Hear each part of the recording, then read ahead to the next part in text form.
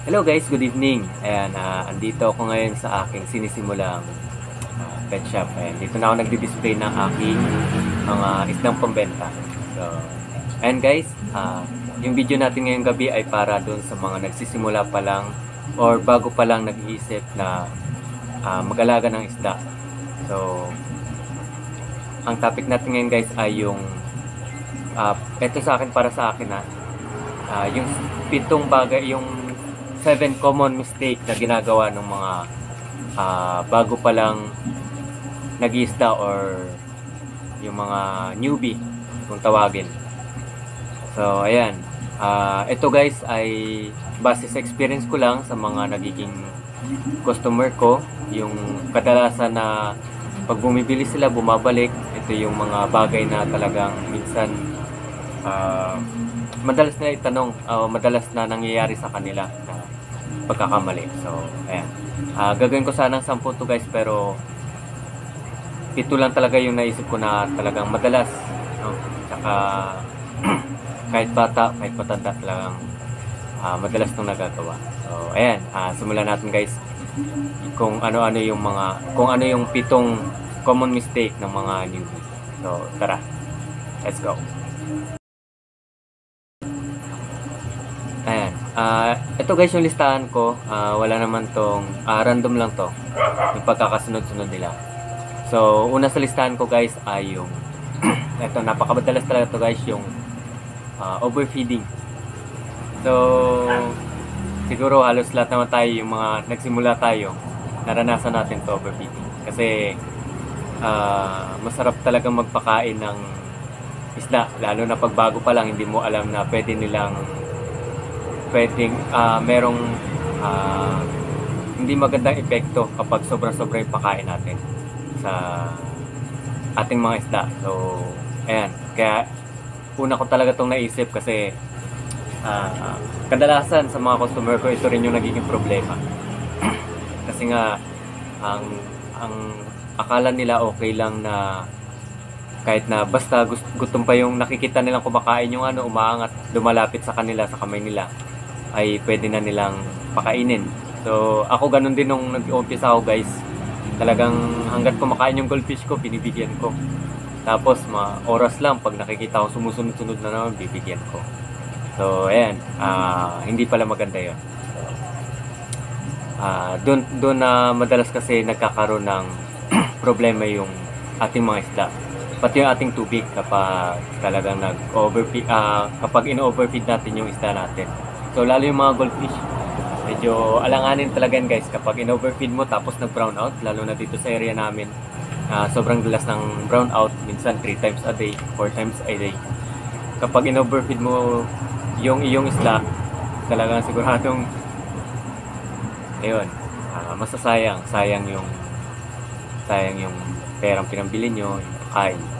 So, ayan. Kaya, ito yung number 1 sa list ko. Overfeeding. So, ayan. Yung pangalawa naman guys, pangalawa sa listahan ko ay yung maling pagwa-water change. So, marami akong customer na nagkakaproblema dito. Kasi, iba-iba, yun din naman lahat guys. Kasi meron namang mga customer na kahit na bago pa lang sila, matanong talaga sila. So, meron lang talagang ibang customer na mahiyain kahit na bago pa lang. Hindi. Dahil bago pa lang sila, nahiya silang magtanong tungkol sa kung ano yung tamang gawin. Doon nagkakaroon ng problema. Itong pag-water change guys. Kasi akala yung mga baguhan, siyempre pag bago ka pa lang, may mga customer ako na akala nila okay lang na direkta na sa gripo. Yung tubig na ipapalit mo ay direkta na sa gripo. So, pag bumili sa akin, kinabukasan, kasi minsan akala ko marunong na kasi minsan alam nila yung pangalan o alam nila na goldfish. Kaya hindi ko na tinuturuan. Kasi minsan pag alam ko na newbie, sinasabi ko yung mga basic. So, Pero pag minsan kasi parang titignan mo parang alam na nila. So, kinabukasan babalik. Bakit to namatay yung kanilang isda? bakit namatay yung isda na kabibili lang nila? So, tinatanong ko kung ano ba yung mga ginagawa at ito yung nagiging problema, guys. Kadalasan, kapag bumibili pala sila sa akin, so, wala pa silang stock na tubig. O hindi pa sila nakapag-prepare ng tubig. Wala silang kahit na yung anti-chlorine lang sana. So, walang ganun. Kaya kinabukasan babalik, nagtatanong bakit kaya namatay yung kanilang isda. So, yun. Dahil sa maling pagwa-water change or sa maling paglagay ng tubig. Ayan. So, ayan guys. Yung pangatlo sa aking listahan guys ay yung naging problema ko rin to noon kasi walang nagturo sa akin yung pag-a-acclimate ng isda. So, siyempre, pagbaguhan tayo. Katulad ako noon, bibili ako sa pet shop ng isda, tanghaling tapat. Tapos, ayun nga, nakapag-stock naman ako ng tubig, pero hindi ko alam na kailangang i-acclimate yung ating isda. So, ilang beses din ako nagka-problema sa isda dahil doon guys. Hanggang sa napanood ko siya sa YouTube na kailangan nga talagang, yun pala yung technique, kailangan i-acclimate mo yung isda mo doon sa tubig na paglalagyan. Kasi lalo na pagkangali, okay lang guys kung umaga or maaga pa or hapon, gabi, okay lang. Kasi yung temperature halos hindi na nagkakalayo guys. Pero kapag tanghaling tapat, kasi ako madalas dati, bumibili ako ng isda, naghahanap ako ng isda na mabibili after ko pang mamalengke. So, tanghaling tapat na yun, mainit na guys. Bibilin ko sa pet shop ng hindi mainit yung tubig kasi nga siyempre nasa loob. Tapos yung pinasingaw ko na tubig o yung inista ko na tubig sa pet shop ay sa area ko mainit kasi halos direct sunlight siya kasi noon ang ano ko rin talaga ay kailangan direct sunlight yung mga napapanood ko. So, mas maganda doon. Mas maganda naman talaga pag nainitan. So, yun lang nagkakaproblema guys dahil nga sa pinanggalingan ng isda na tubig ay hindi mainit or yung parang tubig lang sa na inumin natin tapos doon sa paglalagyan ko ay sobrang init. Ayan, ang nangyari nawa-water shock yung isda. So, merong namamatay bigla, meron namang hindi naman agad-agad pero makikita mo unti-unti siyang manghihina, mamamatay din. So, ayun, iwasan nyo yun guys sa mga bago pa lang nag-isda kasi mas maganda talaga ina-acclimate nyo. So, kahit anong isda pa yan guys, kapag hindi nyo na-acclimate yan at sobrang layo ng diferensya ng temperature ng tubig, magkakaproblema talaga yung isda. Kumbaga sa tao yan, parang pinapasma nyo. Ayun. So, ayun guys. Pang-apat sa listahan ko guys ay yung paggamit ng methylene blue. So, ayan. Sa mga bago, talagang common ito. Kahit yung asawa ko guys, hanggang ngayon, tinuturuan ko na siya. Pero hindi naman kasi siya masyadong sa isda. Pero, ngayon kasi parang nahilig siya. Tinuturuan ko siya about dito sa kasi gusto niya lagay niya yung kanyang aquarium ng methylene blue kasi nga maganda siyang tingnan. So maganda naman talaga guys para kasing nasa dagat no? Pag may methylene blue talagang nagbo-blue yung tubig. Yun lang mali yun yung hindi naman mali, okay lang naman siya guys pero parang nagiging iba kasi yung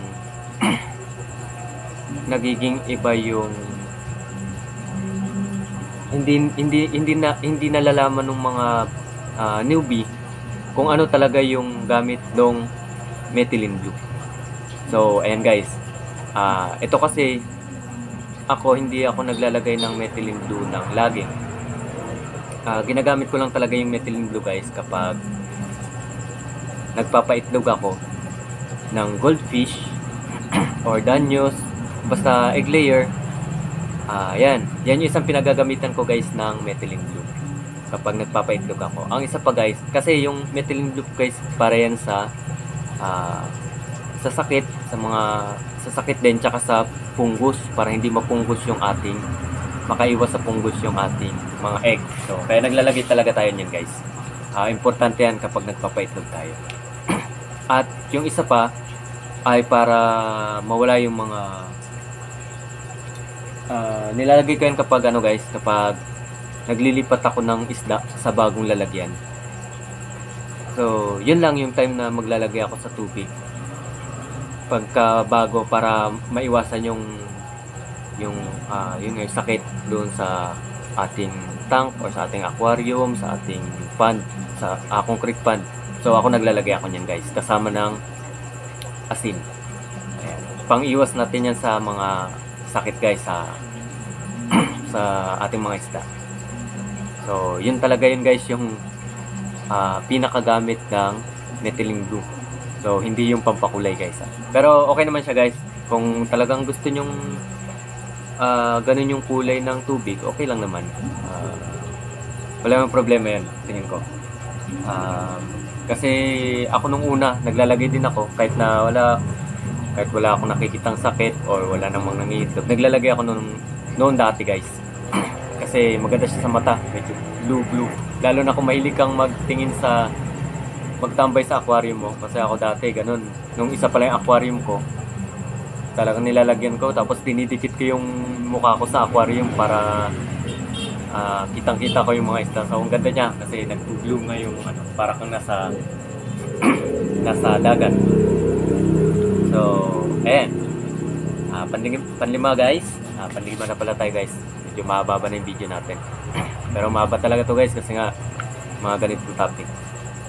Ayan, panglima sa listahan ko guys ay yung maling paglalagay ng mga tank meat o yung paghahalo-halo natin ng mga isda. Minsan may mga isda kasi guys na hindi mo talaga pwedeng pagsamahin.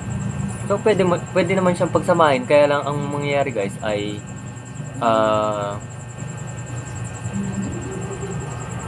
hindi dadami yung isda mo, either hindi dadami yung isda mo or talagang mamamatay yung isang klase ng isda na ilalagay. So ayan, problema rin yan guys ng mga excuse me. Problema din yan guys ng mga customer ko na bago pa lang. So kaya ngayon, nung una hindi ko nasasabi, pero ngayon guys, isa nagtatanong na ako pag halimbawa na bumili siya ng isang klase ng isda, tapos bumalik siya at bibili siya ng ibang klase na naman ng isda. Tinatanong ko kung may separate ba na tank or pagsasamahin niya. So example niyan guys ay yung gapi, tapos isasama sa polar blue, white polar, or sa mga cichlid, African cichlid. So ayun, marami nang nangyari dito yan sa akin guys, na mga customer ko na dahil nga hindi naman nila alam. Noon hindi naman ako nagtatanong. Ang nangyayari guys, bibili sila ng polar blue ngayon, tapos after 1 week, pagka medyo okay na, bibili ulit sila ng gapi or swordtail, molly. So nagkakaproblema guys after, kasi alam naman natin yung mga cichlid ay aggressive, lalo na kapag may itlog na, yung polar blue tsaka white polar. Pag nang itlog na yan guys, kahit wala pang itlog guys, aggressive na yan. Pero pag may itlog na yan, lalong grabe na yan ka-aggressive, grabe na ka-territorial. So yun yung nagiging problema guys, kasi papatayin talaga nila yung, lalo na kung maliit yung tank mo guys. Ang mangyayari yan, either tatalon yung gapi nyo kung walang takip, or talagang papatayin sila nung cichlid. Kasi nga pinaprotekta nila yung itlog nila. So ayan, kahit nga guys kahit nga kapwa nila siklid pag siklid, kahit kapwa nila siklid, kapag may itlog yan, yung polar blue, hindi yan nila papalapitan yung kanilang nest o yung kanilang itlogan. Hindi talaga nila makikita mo, binabantayan nila yan. Tapos after na may itlog, kahit yung male ng polar blue or ng white polar, talagang inaaway na ng female, pinapaalis niya na yan. So meron naman ako dating pair na dalawa sila, okay, pero yung mga pair ko ngayon guys na binibreeding, ganun, kapag after mangitlog, spawn na yung pair, aawayin niya na yung male. So tinataboy niya na, pinapalis niya. May isang case pa guys na pinatay ng female yung male nung nag-breed na sila. So ayun, paano na lang kung mga gapi-gapi, talagang papatay nila yan guys. Kaya dapat din natin pinagsasama yan guys sa isang lalagyan, kasi kawa yung mga isda natin. So ayun, nakakalungkot pa ganun. Eh siyempre may mga newbie pa lang na kapag nangyari yan, parang nawalan sila ng gana. Kasi nga siyempre gagastos sila, tapos makikita nila isang araw lang, dalawang araw, patay na yung isda. Ayun, may iba na ganun na parang tinatamad na. So yun nga, kasi hindi pa nila alam yung gagawin, tsaka hindi pa naman nila alam na hindi maganda pagsamahin. Yung may mga isda na hindi maganda pagsamahin. So ayan, problema talaga yan guys, yung maling paglalagay ng tank feed. So kailangan iwasan natin yan sa mga newbie, sa mga bago pa lang. So ayan, pang-anim guys ay yung nakalagay dito ay buying without preparing. So ayan, gawain ko rin yan guys, kasi siyempre nahilig tayo sa isda. Ang mayayari, pag may nakita akong isda guys, kunwari may isda na ako na alam ko hindi pwedeng isama dito, pero dahil nung bago pa lang ako, talagang addict na addict ako sa isda guys. Pero hanggang ngayon naman, pero hindi na katulad ng dati na ginagawa ko. Kasi ito dati, yung alam mo guys, kahit na alam kong wala akong lalagyan, kahit na alam kong hindi ako nakapag-prepare ng tubig, kahit na alam kong talagang alanganin, kahit na minsan nangyayari guys, pag binili ko nasa plastic lang yan, isang araw, palutang-lutang lang yan, parang ina-acclimate ko siya ng isang araw kasi wala akong mapaglagyan guys. So yun nga, dahil sa nalisik pa ako noon, super bago, bumibili ako kahit na hindi ako nakapag-prepare. So ang naging problema dun guys ay may time talaga na mamamatay, kasi siyempre hindi tayo nakapag-prepare. Ayun, kung saan na lang mailagay, minsan sa maliit na lalagyan tatalo. Problema talaga yun guys, kasi magsasayang tayo ng pera natin doon, magsasayang tayo ng time natin na bibili, magsasayang tayo ng isda. Siyempre mga buhay yan guys, kailangan iniingatan natin yung isda. Kasi maliban dun sa hobby natin, may mga buhay yan. So kailangan, kaya ako sa mga customer ko ngayon, talagang inaano ko na kung ano yung mga dapat gawin nila pagbago pa lang, kasi para maiwasan yung gastos nila guys na paulit-ulit ng bili, tsaka maiwasan yung pagkamatay ng isda. Eh sayang naman, may mga buhay yan. Ayun, siguro mga taon din guys bago ko natanggal yung ganong gawain ko, na nauna akong bumibili bago ako mag-prepare. So kasi dati ako bili lang, pag may nakita akong maganda, kahit na alam kong wala akong pwedeng paglagyan, basta nakita kong maganda sa pet shop, yan guys, matik yan, bibilin ko yan. Ayun, kahit na minsan yun na nga, yung sa tank meat, Kahit na alam ko na hindi magandang pagsamahin guys. Dahil nga hindi ako nakapag-prepare, wala akong lalagyan. At gustong-gusto ko pa rin bilhin. Ayun, sinasama ko or hinahayaan ko sa plastic. Minsan makakalimutin pa naman ako guys, minsan araw nang nasa plastic, nakalimutan ko na lang na bumili ako sa sobrang lisik ko sa isda. Pagbili ko ngayon, walang lalagyan, naka-plastic lang siya. Papamilengke ako sa umaga, pagkatanghali padadaan ng pet shop guys. May nakita akong bago ulit kasi may mga ilang pet shop dito sa amin, iba-iba naman. May nakita ko sa isang pet shop na magandang klaseng isda rin. Ayan, bibili na naman ako. Tapos pag uwi, bago ko matatandaan na meron akong binili nga pala. So, ayun. Ang nangyayari guys, nasasayang yung isda. Yun talaga. Kasi, wala tayong lalagyan. Tapos, hindi tayo nakaprepare. Namamatay. Ganun talaga. Kadalasan namamatay. Kahit yung mga pinakamadadaling isda na alagaan guys, kapag hindi ka nakapag-prepare ng lalagyan nila, nasasayang lang guys. Ayun, mamamatay, magkakasakit. So, ayun, malungkot lang pag ganun. Kaya, iwasan natin yun guys. So, iwasan nyo yung mga maling ginawa ko noon guys. So, yung mga, ito talaga guys, experience ko rin to yung mga ganitong pagka nalisik ka na, tapos may hawak ka na extra na pera. Ako guys, pag dati may hawak akong extra pera, takbo agad sa pet shop. Hindi mo na ako kahit na wala akong lalagyan. Ayun, buti ngayon medyo natanggal ko na yung ganong ugali guys. Kasi nanghihinayang din ako kasi lalo na namamatay, lalo na yung malalaking isda guys, yung mga koi.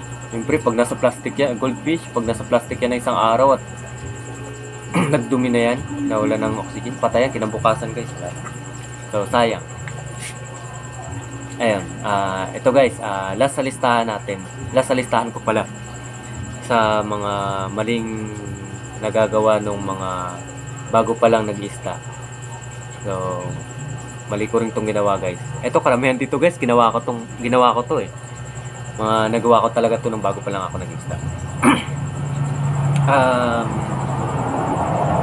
Sobrang dami ng isda sa isang area or sa isang lalagyan. Ayan.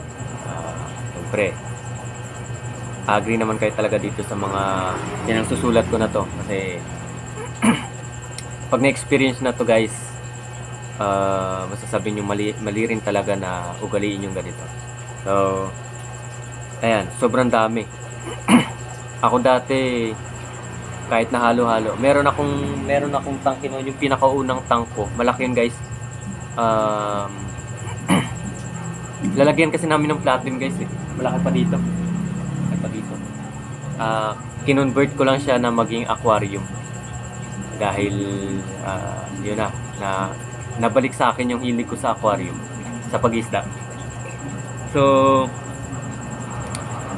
ayun, dahil malaki siya guys, nilagyan ko ng kung ano-anong isda.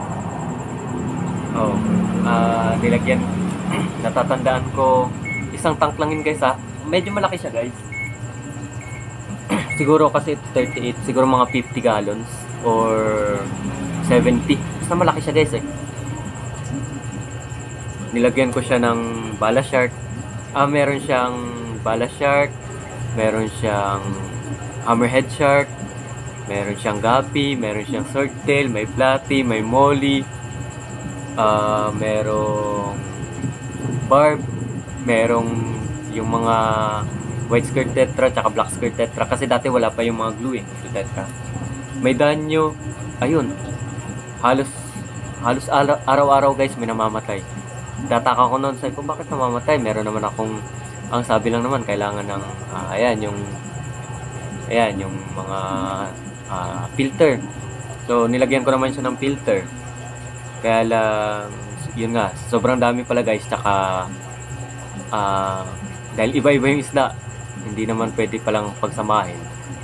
So, hindi kasi tinuro yun sa akin doon sa mga pet shop na pinambibilhan ko. Hindi rin kasi ako pala tanong guys pagka bumili ako. So, mas maganda talaga guys kapag bago ka pa lang na nag-iisda.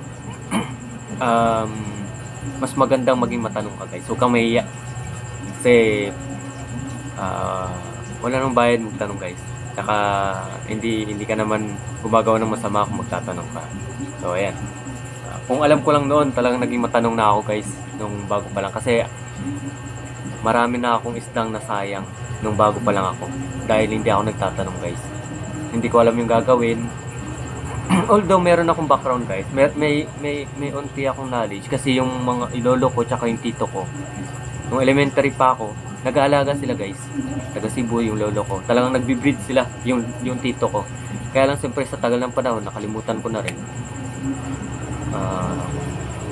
Ayun, may mga bagay na hindi ako alam, hindi ko tinanong agad guys doon sa pet shop. So yun, maganda kung mga bago pa lang kayo or mag-start pa lang kayo guys na mag-alaga ng isda. Mas maganda maging matanong kayo guys sa bibilhan nyo para maiwasan nyo yung gastos. Maiwasan yung mamatayan ng isda, maiwasan yung ma-discourage sa pag-isda. So, ayan. Kasi, kasi baka may mga customer ako guys na share ko lang. Hindi naman na-discourage, pero minsan biro nila sa akin dito. Kaya daw sila nag-isda. Kasi, para patanggal ng stress, kumbaga para mawala yung pagod daw nila kapag after trabaho may titignan sila. So ang nangyayari daw ay baliktad, nadadagdagan yung stress nila kasi nakaka-stress naman talaga guys kapag mahilig ka sa isda tapos namamatayan ka, lalo kung bumili ka ng mga isda na mamahalin guys, tapos pagbili mo inabukasan isang linggo namatay. So nakaka-stress talaga yun guys, diba? So yun yung mga biro-biro sa akin dito ng mga customer ko, lalo na yung mga medyo may edad na. Sabi nila, ayun nga, nag-alaga sila ng isda para mabawasan yung stress nila, mawala kahit sandali lang yung stress nila habang nagatingin sila ng isda. So, sabi na parang nadadagdagan pa daw kasi nga, ayun, namamatayan sila ng isda. So, kaya yun guys, pag bago pa lang kayo, huwag kayong mahiyang magtanong. So, ayun lang guys, 7. May dadagdag pa ba ako? So, ilang araw ko na rin itong iniisip guys kung ano pa yung mga pwede kong idagdag dito sa listahan, kasi para pag mapanood to ng mga bago pa lang nag-iisla or yung mga talagang nagbabalak pa lang, at least may contribute tayo or may tulong tayo na makaiwas sila sa mga maling ginagawa natin namin ng mga siyempre yung mga naging newbie noon. So meron pa ba? Wala na talaga maisip guys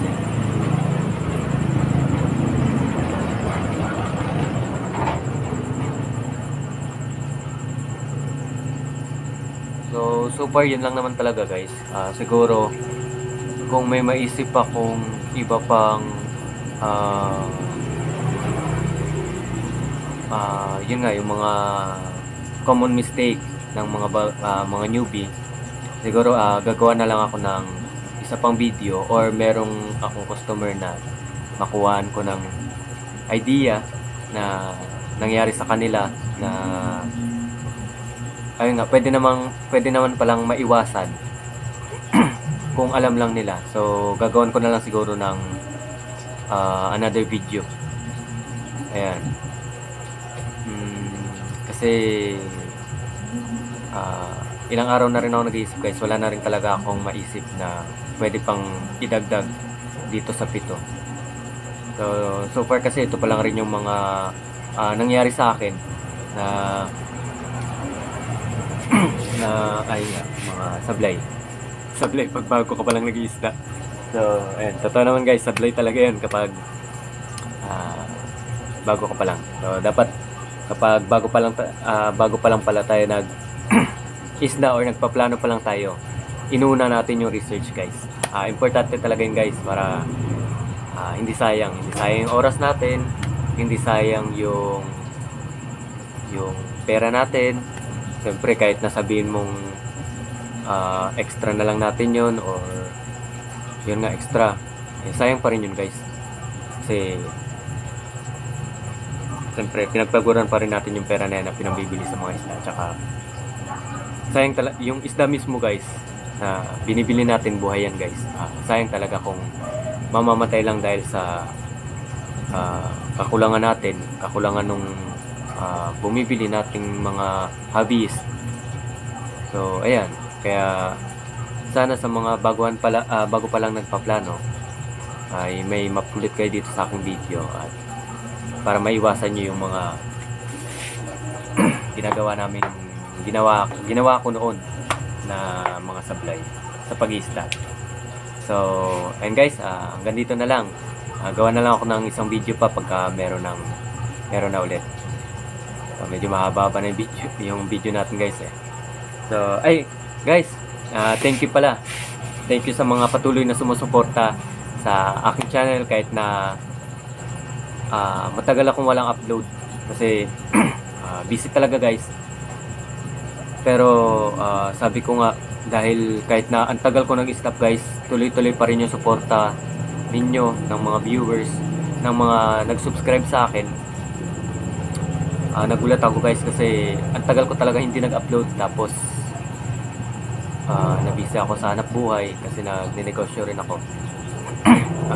Nung chinek ko yung aking dashboard, nagulat ako guys kasi umabot na pala tayo ng 1,000 plus subscribers. So ayan, thank you guys, maraming salamat dun sa mga sumusuporta, dun sa mga patuloy pa rin sumusuporta sa akin kahit na hindi ako nakakapag-upload ng matagal. Ayun,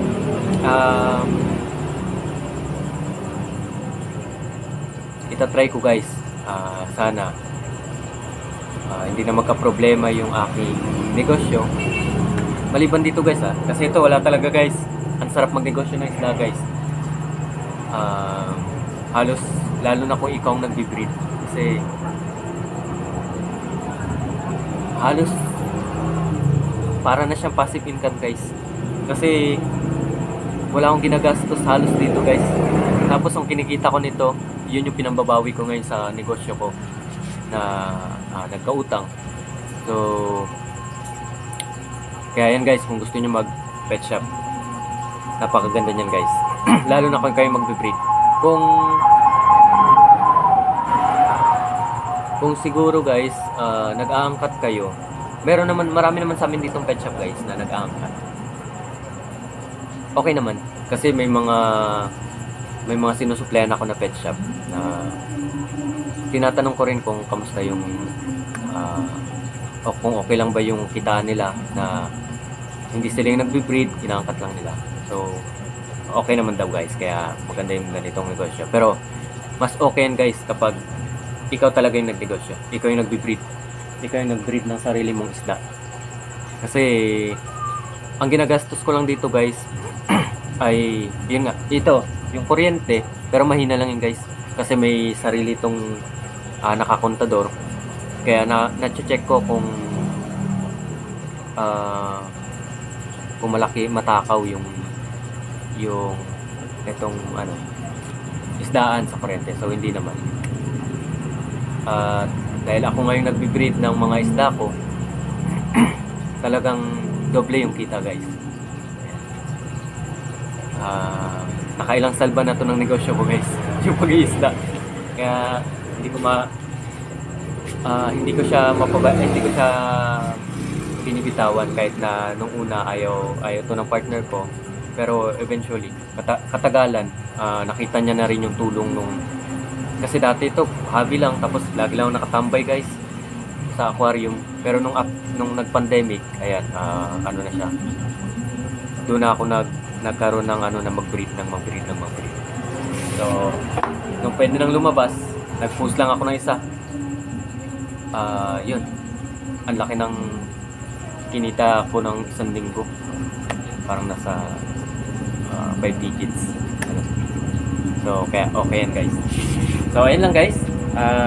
Yun lang yung may share ko sa inyo na sa mga baguhan pa lang na nag-stock na pwede ko i-share sa inyo pala sa ngayon na mga pwede nyong iwasan. Sunod naman siguro guys, medyo napahaba na. Napasarap na ako ng kwento guys.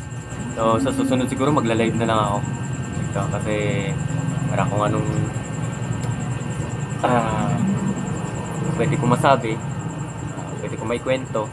So sasabihin ko na dito guys. Tsaka para kung sakaling may itatanong kayo.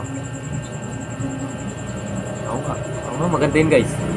Wala. Sa susunod magla-live ako guys para kung sakaling may itatanong kayo guys, may gusto kayong malaman sa pag-isda, hanggat hanggat alam ko at kaya kong sagutin yung tanong nyo guys, pipilitin ko sagutin yan guys. So ayan lang guys, hanggang sa susunod ulit. Ayan, salamat ulit sa mga patuloy na nanonood at sa mga ating subscriber, pati doon sa mga hindi subscriber. So nakita ko marami, sana mag-subscribe kayo guys. And yun lang.